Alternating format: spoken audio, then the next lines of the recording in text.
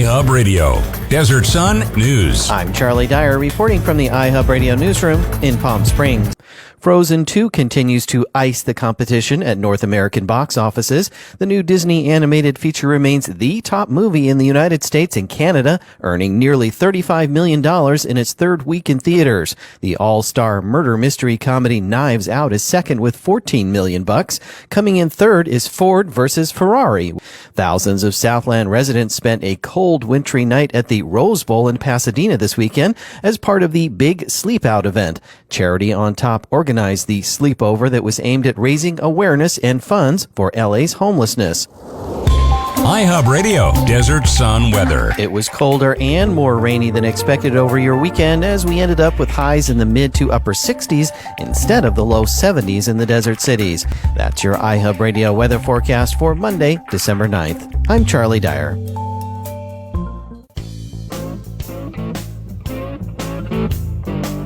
The conversation of your life. Local, relevant, digital, and always on. America will hear my 2 cents. Elected to serve iHub Radio listeners across the desert cities. He calls it as he sees it. Quick question. Now, here's Russ Betts. Someone answer him now! Well, it's Sunday morning. It must be the Russ Betts Show. Isn't there one of those national news talk lines that uses that one? Well, I gotta tell you, it's much better listening here than all that national politics you get. They're all talking about the same thing, aren't they? I mean, how many times did they say impeachment this morning? So we got something way more interesting for you today. You ever meet people, maybe you're at a community gathering and you're working together maybe on a community event, and I mean, we all interact with lots of people, and not always professionally. If we're a volunteer or busy, active otherwise, you end up developing a working relation with somebody that's totally outside of what they normally do in life. And every once in a while you get around to asking, so I never really asked, but what do you do for a living and what else do you do? And then you find out the other side of this person you know is a great community volunteer. And so it is with our next guest. And I can't exactly remember what event or project it was where we first met, but as I've come to know her, I'm finding out that this is one amazing, busy person. And, well, let's not delay. Here with me in the studio, and I got to try and pronounce this correct, Terressa Powell Doula. Did I get that right? Yeah. Okay. So I just know her as Terressa. How often you talk to somebody they got their last name? So he's here with. Sit back, be amazed. Terressa, welcome to the Russ Betts Show. Thank you. I'm happy to be here. Okay, so do you remember when we first met and got involved in some project in the city? I think the first time I actually met you was at one of the comedy shows. Oh, okay. I think. Well, and then we a couple of Facebook moderator time together or something. Yeah, there's been so many. Yeah, I tell you what, I think back all the people you meet when you live in a small town like Desert Hot Springs, you just kind of know everybody, you know. It's yeah, good. Exactly. But I didn't know all the stuff that you do, and it starts to come out now. Starting out with, you don't have a small family, do you? I do not. Okay, so tell me, how many people do you have in your family? So I have 7 children. Wow. Yes. And then there's my husband and I, and we also currently have an exchange student living in the home. Well, I was going to get to that later. You upset my. So you got 7 people living at home, and you're taking on an exchange student. Right. Okay, I want to cover that a little bit. But first thing, did you ever watch the movie Yours, Mine, and Ours? Yes. Is that like a favorite movie at your house? I actually really liked that movie. When I saw it, I was like, ooh. So they have an assembly line in the morning for getting kids' lunch ready? Or I guess they do lunch at school these days, right? Yeah, they do breakfast and lunch at school. But yeah, like dinner time, we do that. Like I literally will tell everybody to come in and line up, and I set up their plates. I serve everything, and I just push them down the line to go sit down. Wow. And they... that'd be like Thanksgiving dinner for most people, except you do that every day, right? Exactly. And does the youngest complain about the hand-me-down clothes? Of course. Yeah. Of course. And the oldest complains about having to do everything? Exactly. Yeah. Okay. The 2 oldest, because I have a 16 and a 17-year-old, so they help me a lot, and they're kind of like, okay, Mom, we want to go do other things. And then the baby, the family, officially spoiled? Oh, yeah. Okay. Mm-hmm. So you got this big family, and what, you got 10 bedrooms in the house, or? We have 5. Oh, you do have 5-bedroom house. Mm-hmm. Okay, all right. Well, that's good. That makes it work out, right? Yeah. So some of the kids have to bunk up together or something? Right. Yeah, okay, good. All right. And, well, that's interesting. So now you decided that wasn't enough people. So I've watched, your posts online and stuff and advertising for people to get involved in the exchange student. Yes. So on top of having 7, what does exchange student do when they come? You have one with you now, right? Right. And where are they from? He's from South Korea.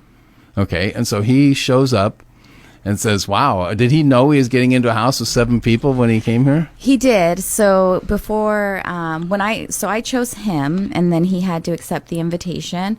And when I chose him, he actually got a copy of our application, which showed everything about our family. It had pictures, it had information about the family, how many of us there are, and all of that. And I also reached out to him through email, and I was just like, oh, just so you know, I know you saw the application, but there is a lot of us. The house can get a little loud sometimes, all of that. Well, that was the scene out of Yours, Mine, and Ours when they were trying to introduce each other. So to some extent, same thing, right? Right. Well, by the way, I have 7 children. Did I tell you I have 7 children? So you're telling this guy, by the way, you're coming to a house with 7 kids. Right, exactly. And he's apparently said yes. He did, and he actually has no siblings. Oh, okay, so that's good, yeah. So this is a new experience for him. Okay, so did he get his own room, or does he share a room? He's sharing a room with my 16-year-old son. Okay, good, all right. And so now he comes from Korea. Does he speaks English, obviously? His English was pretty broken, but it's getting a lot better. Oh, really? Yeah. Oh, okay. I thought they always came here and had good English. No. No, he's here for English immersion. Oh, okay. Yeah. All right. So, all right. My grandson came from China at 8 years old. Didn't speak a lick of English. The only thing he could do was put sentence together was yes, yes, no, no, no, no, yes. Thinking that was making a sentence. I dropped him off at school. Didn't speak any English, didn't speak Spanish, and nobody up there spoke Chinese. So this poor kid's just wandering around by himself. He learned it really quick. Oh, yeah. That's what they say. So with this program, that's what it is. They figure if they just take them to the country that they want to learn the language of, then they're just fully engulfed in it for 10 months. And by the end of it, they're able to speak fluently. Well, and where that comes along is like somebody in the family says, hey, Mom, could you get me a fork? And, now they see the fork being handed to him. Of course, probably in your eyes, say, hey, get it yourself, right? Yeah. Yeah. So then he learns what get it yourself means. Yeah. So that's the immersion. You just get immersed in it. So Yeah, exactly. I was over in China, and I was trying to get better at Mandarin, so I was trying to tell my wife and daughter, no speaking Chinese and English in this house. Everything is Chinese. Of course, they knew they were coming to the U.S. and they wanted to improve their English. So, all right. So now, what's he doing? How does that program work? You decided you want to have a. So, about 2 years ago, I had a friend who was a coordinator for a program, and she had posted on Facebook that she was looking for a family for a Japanese student that didn't have a family yet. And I've always wanted to do exchange programs. So I reached out to her and I asked to take the Japanese boy, and he was our first student. And we only had him for Easter break. And it was just the best experience. It was so amazing. Like, he came in, he was so sweet. He was teaching the family Japanese. We did a lot of activities, and from there I was just hooked. So it's a learning experience for your kids also, right? Oh, yeah. My daughter, my 17-year-old daughter, she speaks Japanese really well at this point because we've had 3 Japanese students. Wow, that's good. All right, Yeah, so a and little she's immersion learning going the Korean. other way, huh? Mm-hmm. All right, so now you come here and he's just going through the living thing is a good experience. It's always better to be in country with a family and just see what life is like rather than just doing the tourist thing. But apparently he probably wants to do some of the tourist stuff too, right? It's kind of silly because he's not that interested in the touristy stuff. I have to force him to go. Did you go up to like Pioneer Town or anywhere like that? We haven't done that yet. I've been working a lot as of late, so I've been a little busy. But we've taken him to like Huntington Beach. Let's see, what else have we done? Mostly activities around this area. Yeah. I told him, I was like, hey, do you want to go to Las Vegas? Do you want to go see like the Hollywood sign, that kind of stuff? He's like, oh, whatever, I don't care. I think you just got to put him in the car and do it. Right. My grandson's the same way. He doesn't want to do anything until we get out there and do it. And he says, wow, that was fun. Yeah, that's kind of what I'm noticing. Yeah. So, all right, well, good. All right, now, so you brought 7 kids into the world. Yes. But another amazing thing I find out about you is you bring other people, help other people come into this world, right? Yes. So tell me, just give me a brief introduction of that. Okay, so I am a doula. I am a birth and postpartum doula. So with that, I am basically like a labor and delivery support coach. So I go into people's labor and delivery rooms a lot of the time. And I also do educational material with them before they go and they have their child. And then I also help them in the postpartum period after the babies are born. Basically just teach them how to function now that they have another person that they have to care for. So yeah, it's pretty cool. It's a fun job. And so that is like amazing that you just help parents. Yeah, I help parents in the birthing and postpartum periods through the whole, from the beginning to, toddlerhood. Now, obviously, with 7 kids, you've experienced the childbirth thing, right? Right, and it's actually kind of funny because I never took I know that I have 7 kids, but I never thought of it as this big, amazing thing. And actually, I've noticed that I tend to get hired a lot because people are like, oh, well, you have 7 kids. I don't even need to read your resume. You know what you're doing. You've got this down. Well, okay, I probably figured it out. Yeah. Now, I'm probably admitting way too much here, but I'm as far away from being involved in that as you could possibly want to get. I mean, I'm thinking back to the old, 60s sitcoms, 70s sitcoms where the dad is nervously waiting out in the waiting room. And I know we have this new dynamic where the husband is in the place. I'd be waiting for the doctor to come out and say, okay, everything's okay. And I'm sorry, but I'm just, this what's so amazing to me is that this whole process. At least you can admit that it's something that you would not do. And, that happens sometimes. I've had that happen where I've had, actually my first ever birth client that I had, the husband was there through the labor portion, but and I was there and I was like, what are they, because I just kind of sat there for a while. I wasn't helping at that moment. I was like, what do they want me here for? And then it came to the pushing phase, and Dad literally pushed me up to the bed and he was like, okay, see you later. This is your job. I'm out of here. Let me know when everything's done and I'll come see the baby. You just made me feel better. I'm not alone. Huh? Yeah. I would just have the sense to know that it was going to be your job because I wasn't going to be there anyhow for that. I hope people aren't getting mad at me out there listening to me, but I just admitting here straight up. It's not uncommon. Yeah, okay, good. Now, your dads are supposed to do the diapers though, right? Oh, of course. Yeah. Well. Yeah, that's the first thing I do is I'm like, oh, okay, well, Mom's going to go get cleaned up. Let me show you how to do this diapering thing. So how many, you always hear about the doctor who delivers a lot of babies. The mayor of Needles, California, is a doctor who delivers lots of babies. Now, you've seen how many babies come into this world? Oh man, at this point, I've kind of lost count, but that's a lot then. A good amount of babies. Wow. Yeah, because even before I became a professional doula, I was attending friends' births as a support person. Just because it was the same thing. I had a couple kids. My friends were like, oh, you have experience. Can you come in and help me? Yeah. All right. So you can hang on through the break, right? And we got another guest coming up. They're actually on the line on hold right now. They're listening to us. And we're going to take a little quick break here because there's something that we got to hear from our next guest. Then we'll be back with Terressa. Is it true they hold the baby up by the legs and swat its butt? Absolutely not. They don't hold it up because you see No. that all the time. They don't do that part. No. Okay. That might be the part I wanted to see. But somehow they make the baby cry, or they just come out crying anyhow. They usually come out crying. If they're not, then they stimulate them through their feet and rubbing their back. Oh, they don't hit them on the butt? No. Never did that? May have way back in the day, not now. Might just been cartoon lore or something. Yeah. Huh? All right. Well, maybe that's just to make dads in the waiting room feel better or something. Yeah. I don't know. All right, we're back. Just hang on here. This is Russ Betts on iHub Radio, and hey, lots more to come.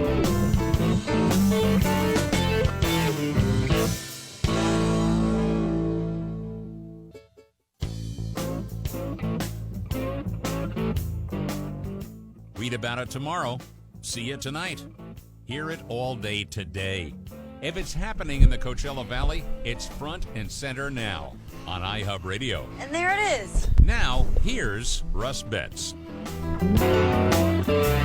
Okay, we're back, and we're here with a guest, Terressa Powell Doula, And but we're going to take a little break because the California legislature is out there looming with more that they want cities to do. And I had a conversation last night about what cities are going to have to watch out for. And you have to bear with me here. I got to see if I can figure out how to do this. I'm an amateur at this board. Hold on one second. Let's see if we can get our guest here. Chris, can you hear us? I can hear you, Russ. Wow, that works good. I did it. Amazing. I impress myself every day. I've got a lot of buttons I got to push here on this board. I'm a sole lone operator today. I get the station open up in the morning. So we had a let me introduce my guest. Chris Cunningham from Desert Valley Disposal and Palm Springs Disposal. Did I have that right? That's right. Okay, so you got two companies there. One serves Desert Hot Springs and one serves Palm Springs. Great company. Man, what a partner for Desert Hot Springs.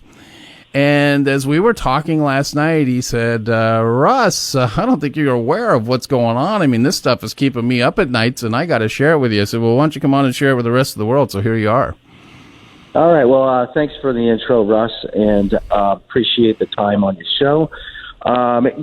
Basically, we all know that there is mandates in California right now for every city to recycle. Not just recycle their recyclables, your paper and your cans and your bottles, but also your organics. That's AB 341 and AB 1826. That's been in effect for several years, but what you're going to see now and what every city in the state of California is going to see is the enforcement of this. Until now, there really hasn't been any enforcement of it, but the state now is starting their enforcement. And they're putting that responsibility on every city in the state. This is SB 1383. All right, this is basically putting the responsibility on cities to not only monitor, but have ordinances in their municipal codes stating that everyone has to recycle, or you'll get penalized. So this now is the enforcement mechanism for all of the recycling. All right, so that, in simple terms, that means you better not be throwing what should be recycled into the non-recyclable bin. Is that where we're at? That's exactly what it is. And in simple terms, that's exactly what it is. And how they're going to enforce that is really, this is the most important part, is the monitoring. Franchise agreements are going to change throughout the state. This will definitely change waste forever. You're going to see pretty much what I call the trash police. This is inspectors going through, flipping lids, looking in the trash containers for either recycling, organics. If there's a certain percentage in there, you're going to get a letter, and anything after that, you're going to get fined. And there's also going to be waste audits, so we're going to have to pull loads. We're going to have to search through the garbage looking for any kind of recyclables or organics.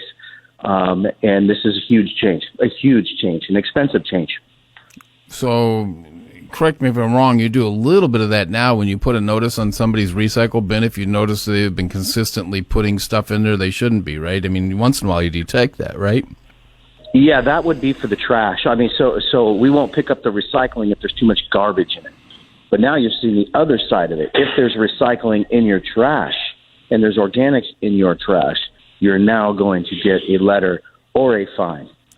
So you're going to have to separate all that material. The problem is figuring out what should be recycled and what shouldn't. And I'm sitting here, it's changed because with the situation with China not taking recycling, some things I don't know if I'm putting it in the right spot or not. And I'm going to get fined if I get it wrong. Yeah, you're absolutely right. It is very frustrating and confusing. Every city is different depending on the type of facility it goes to. Some can take a certain material or a recyclable, while others cannot. So you're going to see there's so many changes, and not every city is the same, and not every MRF station or material recovery facility is the same.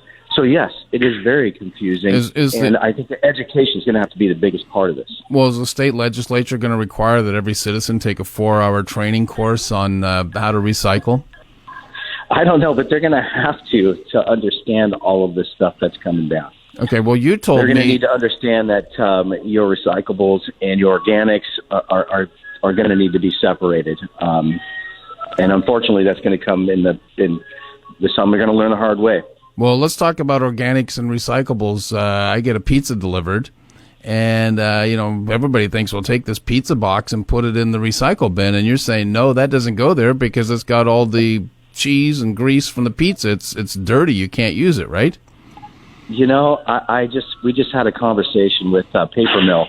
And yes, you would think that's what we've all been told from the MRF stations but it's different everywhere you go. Now they're saying we want your pizza boxes because it doesn't matter when it's in the pulping process. All right. Well, Chris, we're up against the break now. I really appreciate you taking some time out of your Sunday to warn us about this. We'll have you back on and as this thing develops. But get ready, cities. It's coming, right? It's coming. Yes, yes, it is coming. Okay. And you as a homeowner could be fined if you consistently get it wrong. That's exactly right. And you're going to go issue those fines, or do city council members and cities have to do that? The responsibility is on the city for that. I believe in franchise agreements, you may see cities working with their haulers to do the inspections. All right. But the actual fining process is on the city. Great. Chris, thank you. Chris Cunningham, Palm Springs Disposal, Desert Valley Disposal. We're back. Yes, thank you, Russ.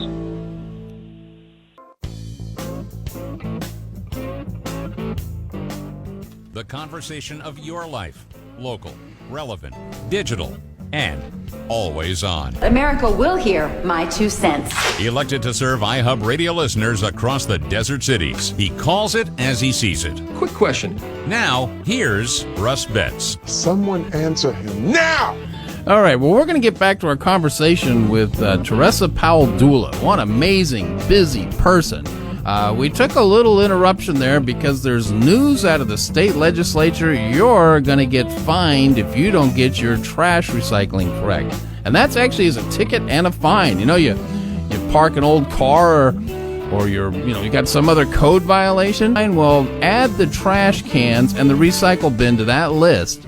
Because you better get it right. It's not easy what you can and can't recycle. So we'd like to thank Chris Cunningham from Desert Valley Disposal for coming on here and giving us that heads up. There'll be more on that one. We'll cover that here. But right now, we're going to get back to our guest. She is one amazing person. We were trying to think at the start of where we met, and I don't know. I'm for those of you who don't know, I'm a city council member during the day, and I keep you informed here on Sundays on the Russ Betts Show on iHub Radio. And so you meet all kinds of people.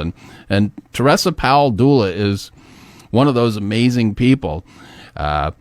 First off, a big family, amazing 7 kids. And then, if that's not enough, she brings on foreign exchange students to come and add an 8th kid to the house. And then we find out that, that's where the name doula comes from. That's actually a title, right? Yes, it's a title, and it means woman who serves. Okay, so it's not a hyphenated name that you have there. Right. It's the title. It's like doctor, PhD. Right. Only it's doula. Right. Okay, amazing. I'm telling you, I'm learning lots of stuff here. So so you've brought in way more babies than you can remember. Right. That's probably like any other doctor who does deliveries, right? At some point in time, you lose track. So. And so you're busy in all kinds of other stuff too. I mean, you don't just do all this. I mean, this is full time. You've exceeded full time for most people. Right. And now you're doing a toy drive in Desert Hot Springs, right? Yes, I am. Wow. So, well, you just decided, hey, you know what? I think I got a couple extra minutes left in the day. I'm going to fill it with doing a toy drive. Yeah, I mean, I just have like a passion for helping less fortunate people, and it's something that I also like to teach my children is to be, giving and help others and things like that. And that's not just something that's easy. The first thing you have to say is, well, if I'm going to do a toy drive, people are going to be bringing toys, so they need to have a box to put it in, right? Right. And you don't just go get an old box. You got to get a big box. Right. And then you can't just have an old brown paper box there. So now you got to wrap this box. Exactly. And then comes the hard part, figuring out who gets the toys, right? Yes. Yeah, exactly. So what I've done so far is I actually set up a email account, and it's called holidaygift92240 at Gmail. And I created a flyer, and I told people that I've posted it in a lot of places, Facebook, things like that. And if they need the assistance, to either email or send me a private message on Facebook, and they apply that way. And so you, instead of doing this big, huge registration, you're kind of screening and seeking out, who's out there. And exactly. So if you're listening and, for some reason you're on hard times, and you're worried about, hey, you know what, I just got to keep the rent and the insurance and the food on the table, and Christmas gifts don't exactly work for the kids, well, they can reach out to you, and you're going to help make that happen. Exactly, yes. But it's a little different than what we've seen in the past, where you got this huge room and lots of people pulling up, and, some of that doesn't work out so well. Right, exactly. Actually, Miracle Springs offered to give me another room this year, but when I decided to do it on my own, I've been in situations where I have fallen on hard times, and I've needed assistance, especially when my older kids were really little. I couldn't afford to buy them Christmas presents and things like that. And I understand that it can be a little embarrassing at times to ask for the help. So I believe that a lot of people in town who truly, truly need the help may not have reached out prior because they didn't want their faces seen in this big long line of people and all these photos taken and posted online and things like that. So this is a little more private. Okay. Well, that's good. They can reach out to you and, hi, thanks. I really appreciate this. I didn't know where else to go, and I didn't want to get in one of those lines, be all that famous. And exactly. I had a friend of mine, I thought something was up. I thought he was having hard times. And I didn't know. I went over to his house, visited him. I'm sitting there, and he went off into another room for something. So I got up and went and looked in his refrigerator. And there wasn't a thing in there except a pot of beans. And I said, hey, Rick, what's going on here? And he says, I've been eating off of that same pot of beans for 3 days. I don't have any money. I don't have any food.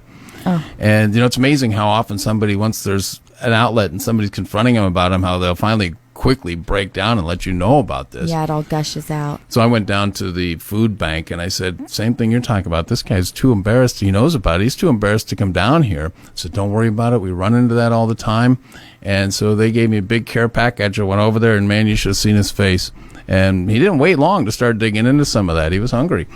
So that's the same thing you're doing. You're helping somebody who I fell on tough times once and between jobs, and things get a little tight. You got mortgages, all the pressures of car payments and everything. And some friends came over with a big care package, and they were just kind of being nice and a little bit of joking. And then after they left, and I'm putting the stuff in the refrigerator, I go, wow, I'm really glad I got that. You know, that's a big relief. Yeah, I've had that happen as well. When I had my last baby, I had a couple people come over and just bring some meals like I didn't ask them to. They didn't tell me they were going to. They just showed up, and I was just like, wow, this is probably the best thing that somebody could have done for me, was to come over. And I also had a friend come over and just sweep my house. Yeah. She's like, hey, I'm here. I just want to hang out. She's like, let me help you a little bit. And that's kind of part of what I do, is like the postpartum doula stuff, is you go in when the parents first come home, and, you help them adjust and all of that. Have you seen what goes on in China? You're familiar with China? You get these exchange students coming in. The mother stays in bed for 30 days. Yes, actually, I have learned a lot about the Chinese traditions on the postpartum period, and it amazes me, and how like the baby can't touch the ground its feet can't touch the ground for the first 6 months and things like that. Yeah, it is. I lived over there for 8 years, so I get to experience this, and so you got to work her, and she says, really, she's not coming in for 30 days, huh? Oh, she's not getting out of bed for 30 days. Yeah. So I don't know what that's all about. I mean, here in the U.S., they have a baby on Friday and back to work on Monday, just about, huh? Yeah, pretty much. Is that an exaggeration? No, I mean, the average time off is 6 weeks. Yeah, okay. So, and I mean, that's not. But you got some hard driving professional women who got a career. And what's the soonest you've seen? Well, even for myself, I went back after even having a C-section. I went back after like 3 weeks. Wow. Okay. Yeah. You know what they say, if it was up to men to deliver the babies, the human race would be extinct, right? Yeah. You women are a lot tougher than we are. Okay. Anything else going on in your world? I mean, there's so much going on, but just off the top of my head, I can't pinpoint much. Well, that was enough. We pinpointed a lot. It's sure good to have you in here on the show. I am happy to have you come down here. We were talking a little bit a couple days ago, and I said, this is an amazing story, the stuff I find out about you. So I just wanted to share it. I really appreciate you coming down here. Thanks. I appreciate your time and offering me to come on. And you're decorating your house, right? Oh, yes. Well, you got a lot of kids to do that, right? Well, yeah, my husband takes that on pretty heavily.